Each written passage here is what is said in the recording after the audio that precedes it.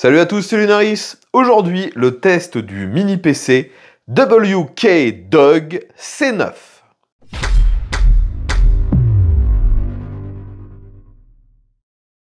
Les amis, on se retrouve encore pour le test d'un mini PC, mais voyez qu'aujourd'hui, il s'agit d'un mini PC avec une forme assez inhabituelle. Donc aujourd'hui, comme d'habitude, on va tout d'abord passer en revue ce que contenait la boîte. On va commencer par le déballage et ensuite, on va bien sûr faire un test, voir les réelles performances de ce modèle. Donc on commence bien sûr par le déballage de ce produit. Donc vous voyez qu'il est encore sous plastique. On a déjà un emballage plutôt joli. On retrouve la marque. On nous indique juste qu'il s'agit d'un mini PC de bureau. Et c'est assez sobre. Il n'y a pas de référence sur les côtés.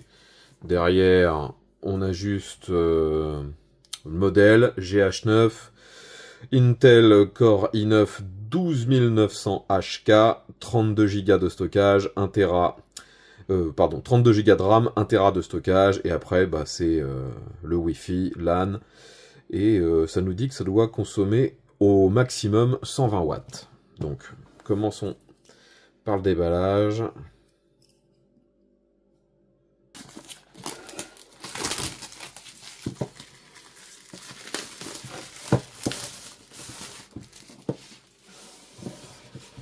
Voilà.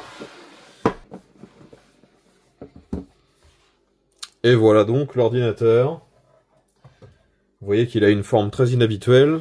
Je pense que c'est à l'envers. Donc on va tout de suite le sortir. C'est un tissu un peu velours qui a été rajouté pour donner un côté très certainement classe. J'arrive pas à le sortir. Hop.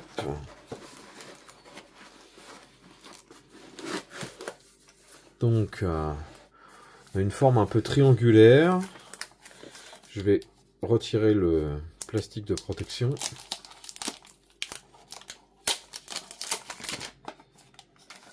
C'est assez léger, ça c'est surprenant.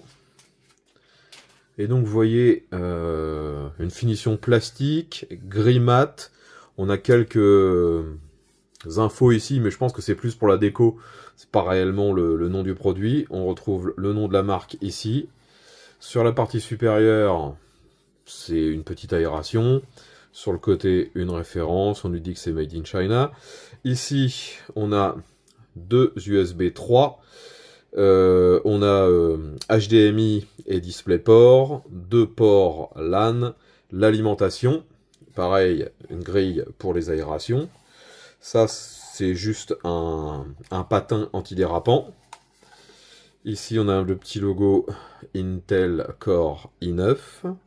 Et je ne sais pas ce que c'est juste au-dessus.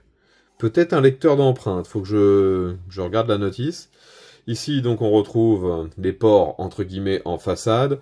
Donc, deux USB 3, un USB-C et le bouton de démarrage. Et ça, je pense bien sûr que c'est Reset. À côté, on a un mini jack pour mettre un casque. Et les deux faces sont identiques. Donc, ça se pose comme ça, comme ceci. On a un petit dégagement ici pour laisser passer les câbles. Ça a l'air plutôt bien conçu. Au niveau des câblages, justement, là, on a un câble HDMI, si je ne me trompe pas. Et puis, l'alimentation. Il n'y a pas de référence sur cette alimentation? Ah si, juste ici. Alors, c'est difficile à voir parce qu'il y a des reflets sur le plastique. Mais donc, ça nous dit bien qu'on a une valeur de 120 watts maximum avec cette alim. Et il n'y a rien d'autre. Petit manuel, donc qui nous rappelle les fonctions de chaque bouton. C'est en plusieurs langues. J'ai peut-être passé le français. Non, le français c'est encore plus loin. Non, je l'ai dépassé. Voilà, bouton en façade, type C. Ouais, c'est extrêmement simple. On avait déjà vu tout ça. Maintenant, je vais mettre ça sur le même endroit que d'habitude. On va voir si ça s'intègre bien. Et puis, on va tester le matériel.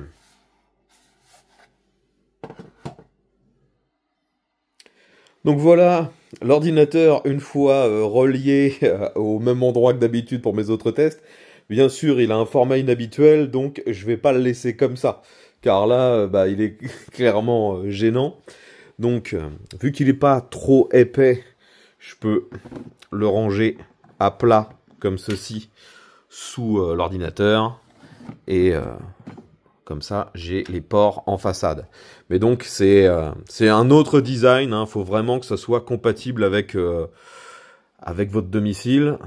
Parce que c'est pas aussi facile à ranger ou à intégrer qu'avec un format carré beaucoup plus simple. Là, vous ne choisissez pas ça pour autre chose que l'esthétique. Hein. C'est pas plus compact ou plus facile à mettre dans votre décor qu'un modèle plus conventionnel. Donc les amis, maintenant vous avez vu un peu ce qui constituait ce modèle, il faut bien sûr qu'on parle de ses performances à l'usage. Donc pour mes tests, maintenant vous savez que j'ai un peu un protocole mis en place depuis maintenant plusieurs années.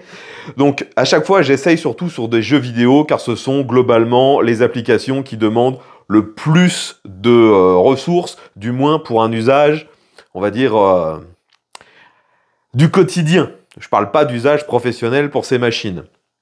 Donc là, j'ai tout d'abord lancé, comme d'habitude, le jeu Forza Horizon 5, un jeu de voiture, très joli, et qui a surtout une fonction de détection justement de la puissance de l'ordinateur, et il se règle automatiquement, et il nous sort un score. Donc là, sur ce PC, j'arrive à 35 images par seconde en ayant tous les réglages au minimum. Et voyez que d'ailleurs, sur ce jeu, ce qui est vraiment sympa, c'est que même en mettant les réglages au minimum, eh bien, c'est encore joli.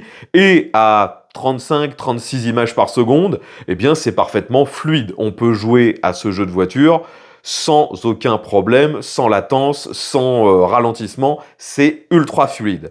Et donc, vu que j'avais eu un bon résultat, j'ai essayé aussi sur d'autres jeux. J'ai essayé sur Clair Obscur Expédition 33, un jeu maintenant que j'utilise dans mes tests depuis qu'il est sorti en début d'année. Et là, malheureusement, on arrive aux limites de ce PC. Le processeur graphique Intel Iris n'est pas forcément assez puissant. On peut jouer, mais il y a des ralentissements, des saccades, c'est pas fluide, c'est pas optimal et c'est pas forcément agréable de jouer à Expédition 33 avec ce jeu. Et j'ai également mis un jeu auquel je joue un peu actuellement, Power Wash Simulator 2, donc un jeu en 3D où on nettoie des choses. Oui, je sais que ça peut paraître absurde comme concept de jeu, mais c'est quelque chose bizarrement que j'aime beaucoup. Et ce jeu, par contre, il arrive à tourner en étant quasiment au maximum des graphismes. Ça reste jouable et relativement fluide. Après, bien sûr, si vous voulez que ce soit parfaitement fluide, vous baissez un peu les graphismes. Mais vu que c'est pas un jeu qui demande une réactivité ou d'être extrêmement précis, j'ai préféré, moi, mettre les graphismes au max pour vous montrer ce que c'était capable de vous donner au niveau visuel. Et j'ai sacrifié un peu la fluidité, mais ça passe avec donc Power Wash Simulator 2, qui, je le rappelle, un jeu totalement en 3D. Donc finalement, le résultat avec ce PC et la carte graphique Iris est plutôt bon, même si, comme d'habitude, ce n'est pas un ordinateur vraiment destiné à faire du jeu haut de gamme. Vous ne pourrez pas avoir des résultats super élevés. Ça reste juste de l'usage, on va dire, temporaire. C'est pas une machine dédiée aux jeux vidéo. Et j'ai aussi fait un test pour le processeur. Je suis allé donc sur le même outil que d'habitude, le Silverbench, et j'ai eu un résultat avec ce 12900, donc le i9. j'ai eu un résultat à un peu plus de 6500 points, ce qui est vraiment, vraiment pas mal. Mais bien sûr, c'est en dessous du résultat que j'avais eu en testant un 13 900 qui, lui, avait 75 000 points, si je me souviens bien. Donc, ça est très bon et on voit bien sûr, que la gamme de chez Intel est logique. On n'a pas, comme ça a pu arriver à une certaine époque, un processeur moins cher qui aurait exactement les mêmes performances qu'un plus cher. Là, on voit bien des seuils de performance au fur et à mesure qu'on monte en gamme chez Intel. Donc les résultats sont plutôt bons. Et bien évidemment, si cet ordinateur arrive à faire tourner déjà pas mal de jeux vidéo, c'est que pour les autres usages du quotidien, que ce soit la navigation, le côté multimédia, les films, les musiques, il n'y a aucun problème avec ça. Vous pouvez même faire un petit peu de montage avec cette machine. C'est un produit polyvalent.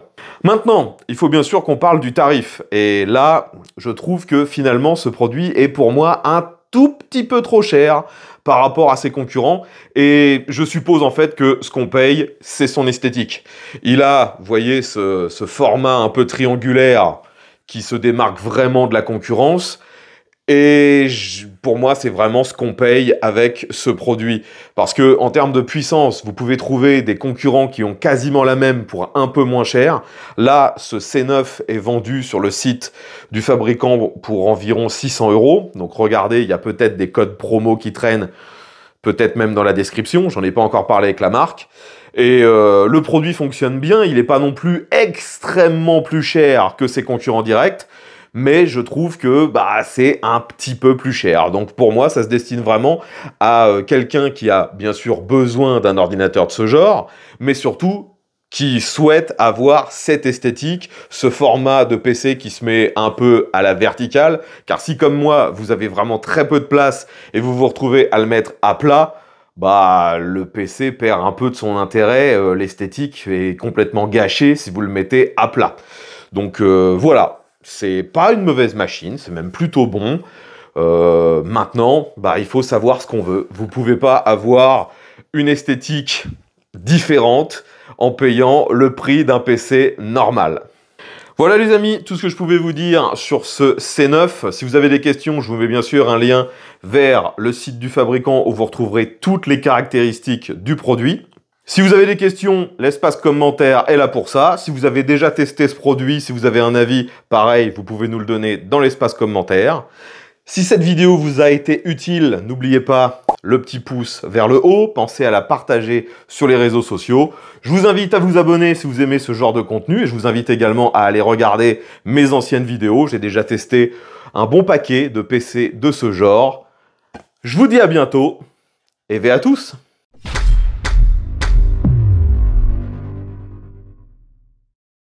Maintenant, on va mettre le Silverbench en stress test.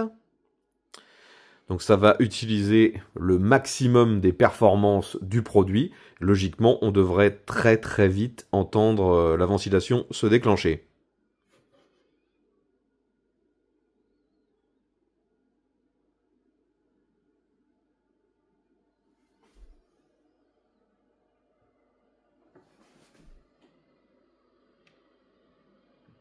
Je ne sais pas si vous l'entendez, le ventilo commence à tourner de plus en plus vite.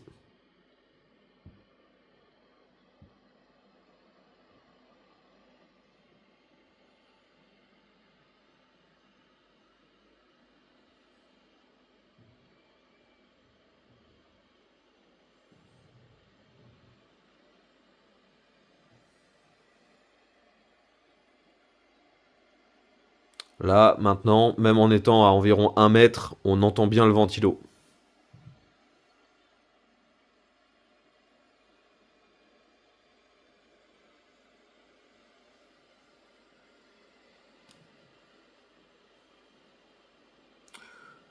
Donc partez du principe que c'est pas un ordinateur tout à fait silencieux. Vous l'entendrez, le ventilo, lorsque vous l'utilisez un peu. Mais ça reste tout à fait gérable, hein. C'est pas un bruit extrêmement fort, mais on entend quand même la ventilation.